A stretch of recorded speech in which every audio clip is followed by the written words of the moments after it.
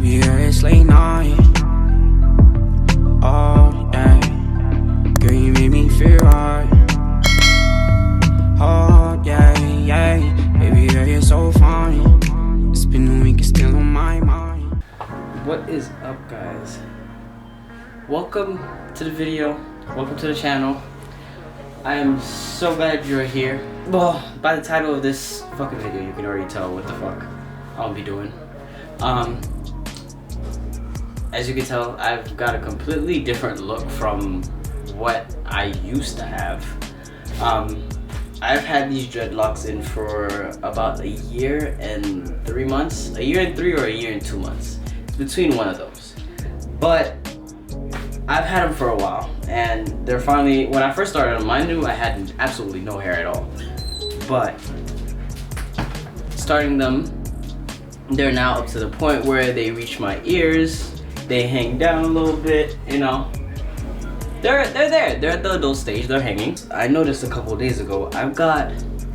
I don't know if you're gonna be able to see it in here, but I have got like quite the buildup in these dreads.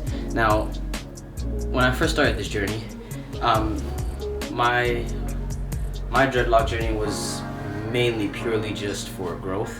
I was used to having short hair for so long that I wanted to grow my hair out, but I didn't want to have to deal with styling my hair all the time and having to maintain that, because I'm a very tender-headed person, and it takes very little to set me off and to piss me the fuck off when something is not right about my hair. So I needed a protective style, something that was manageable, but at the same time that required little to no manipulation. So I went with dreads.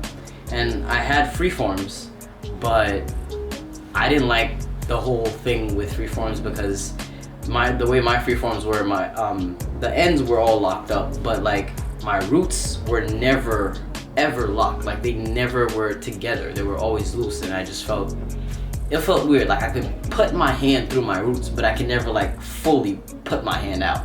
So it felt weird, and I didn't like it like that. And I wanted much neater, nicer looking dreads. So combed those out, and about like 2 or 3 months later, I went and I did comb coils at my mother's stardom.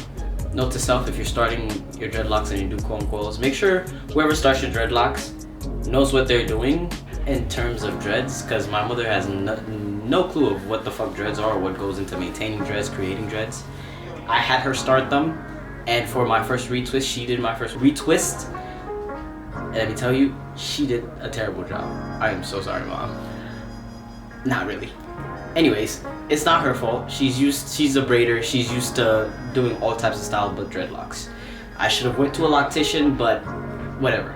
So I have, if you can see, when I first started my dreadlocks, my hair in general is not, my hair doesn't grow even. So I have,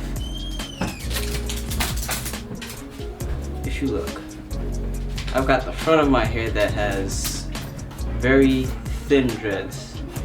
And I've got this side that is pretty full. They're almost all the same size. But then you come to this side and you got these thin ass dreads.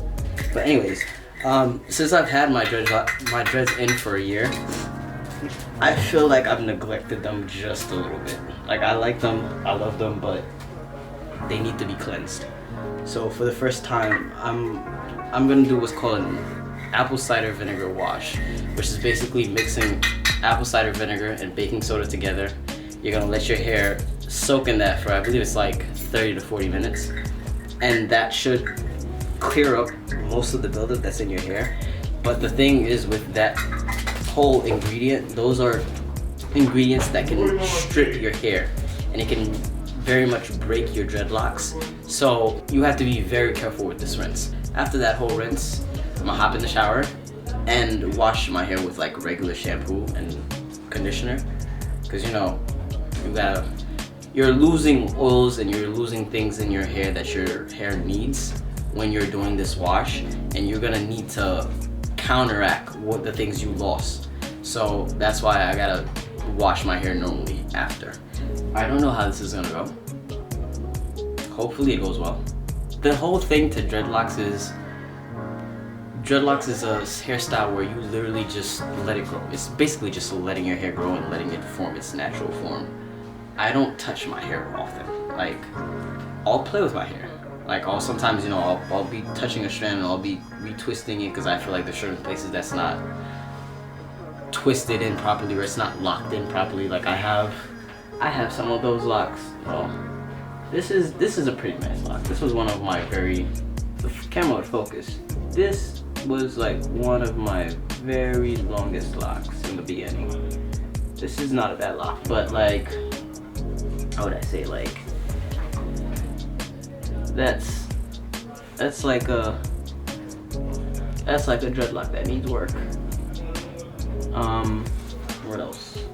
See if I can find them. I've taken to like crocheting my locks and like, so most of my locks are pretty like, okay, see how it's like pretty frizzy and shit. So there's areas of my locks that are like not 100%, and it's alright. You have to know with coming into dreadlocks is not to compare your dreadlocks to everyone else's. No two set of dreadlocks are the same. Like, everyone's hair is different, everyone's hair grows different, everyone's hair locks differently. So still with me, now that I've had them for this long, I still catch myself from time to time comparing my dreads to everyone else's and how everyone's look. And my dreads aren't exactly where I want them to be, but they've come very far from where they were. So I'm satisfied to a point, if that makes sense. But enough talking. I feel like I've been talking a lot lately. But I'm gonna get the show on the road. First, I need to figure out how I'm going to set this up so that I can record it myself.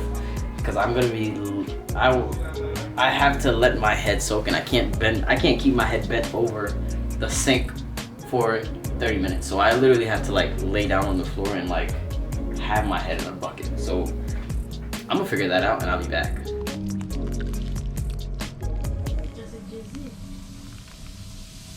So it should fizz up like that. And all you gotta do is just dip your head in and let it soak for the next 20 or 30 minutes.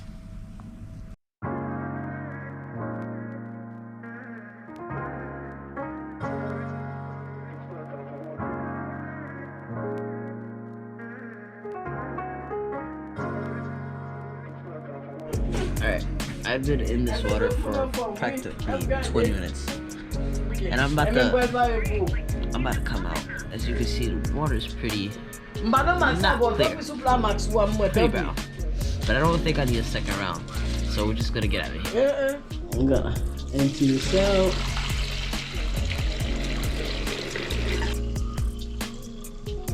Look at that. I don't know if you guys are gonna be able to see it, but there's a lot of dirt from my hair in this. Like, I can literally see all the dirt and grime in there. Alright, so I just completed the rinse. They're still pretty wet, especially the roots. I don't know if you're gonna be able to see it, but I still got like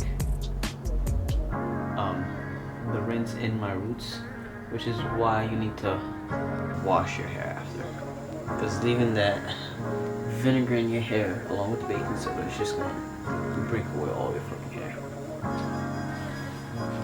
Arganol. Get shampoo that has all the essential oils your hair needs. You know what? I'm not even gonna read the ingredients. Look at the bottle. Go look it up. Go do the research. But that's your key. They feel cleaner.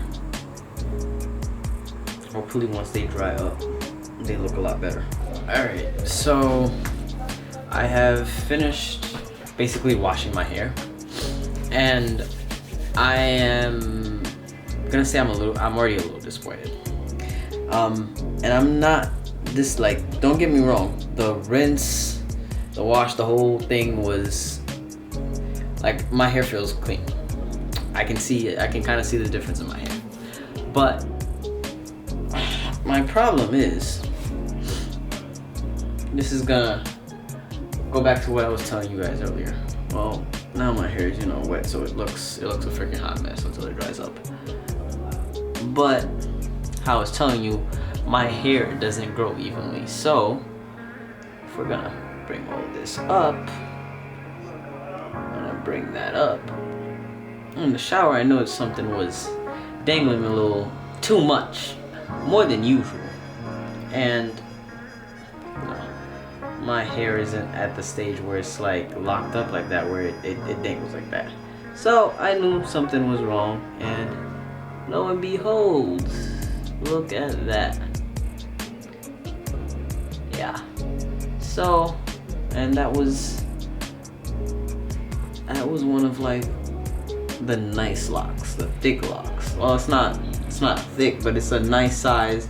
It's straight. It doesn't really have any like areas where it needs any really much work. It's a little frizzy, so is the rest of my fucking dreads, because I haven't had my hair done in a while. But for the most part, it's a good dread. And the fact that it has resulted to this, it really breaks my heart. So be careful. I should have went light in the front of my head with the whole baking soda and vinegar. I should have slowed down, but I wanted to make sure my hair was clean. So I'm not terribly mad at myself. I'm a little upset. I mostly blame my genes. Unfortunately, got my father's genes. The man just doesn't have good hair. Well, the man is bald, so having hair isn't his forte anyways. Besides the point. Anyways, yeah, be careful. The good thing about locks is, if you know anything about instant locks, you know that locks can be like made in a couple of minutes. And you know, that's like the artificial way. But if this happens to break off, which I'm 95% sure it will, I'm not gonna throw it away. I'm gonna save it. And starting now, I'm probably gonna attempt to lock it back in myself, because I have crochet needles. But if I can't do it myself, I'm gonna save it and have my loctician lock it back in. Because I'm like, I still have hair that's growing here. So it's just, the new growth isn't growing into the dread like it should. And I'm not sure why. Like I said, I'm not a lock expert. I'm not a loctician. I'm just putting out there what I know as far as how long as I've had dreads and what I know about them. So I'm still trying to figure out a couple things, which one of them is the process of thinning locks. So if you got any tips, let me know. I'm gonna do the research and try and attempt to fix this shit myself. This is a lifestyle. The whole lock journey thing has become a lifestyle. When I initially started it, it wasn't really about that. And I still kind of, till this day, say it's not really about that. But it's a journey. Like, I've never been one that cared about my hair. I never had a good relationship with my hair. I had other things that I was too focused on, other parts of my body that I really didn't have a good relationship with. So my hair wasn't something that I always worried about. My mother always took care of that. And then as I got older, I got into taking care of my hair. And as I got into taking care of my hair, I always had short hair. I had waves. So that was an easy manage. But now that I'm getting back into like growing my hair out, it's a process in like learning how your hair grows and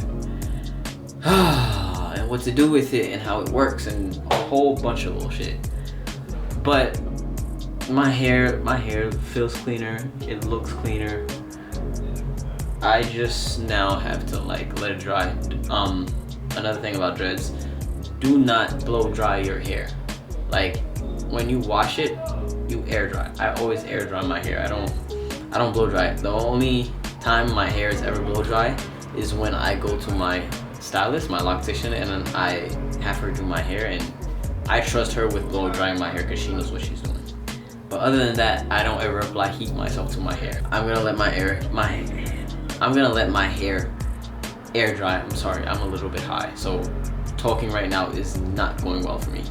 Anyways, and after it's done drying, oil my scalp, Oh, another thing. If you noticed in the beginning of this video, nobody told me that I bought 2 bottles of shampoo and not shampoo and conditioner. So my hair was technically only shampooed and not conditioned.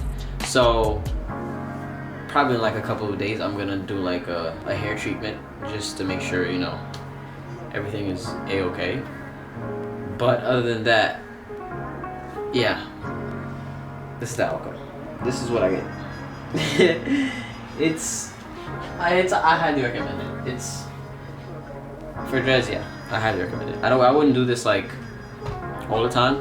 Probably like every 6 months or maybe more, because it really takes a toll on your hair. But anyways, that's it. I hope you liked it. I hope you learned something. If you didn't, shit, there's other videos out there, bro. Yeah, that's it for this video.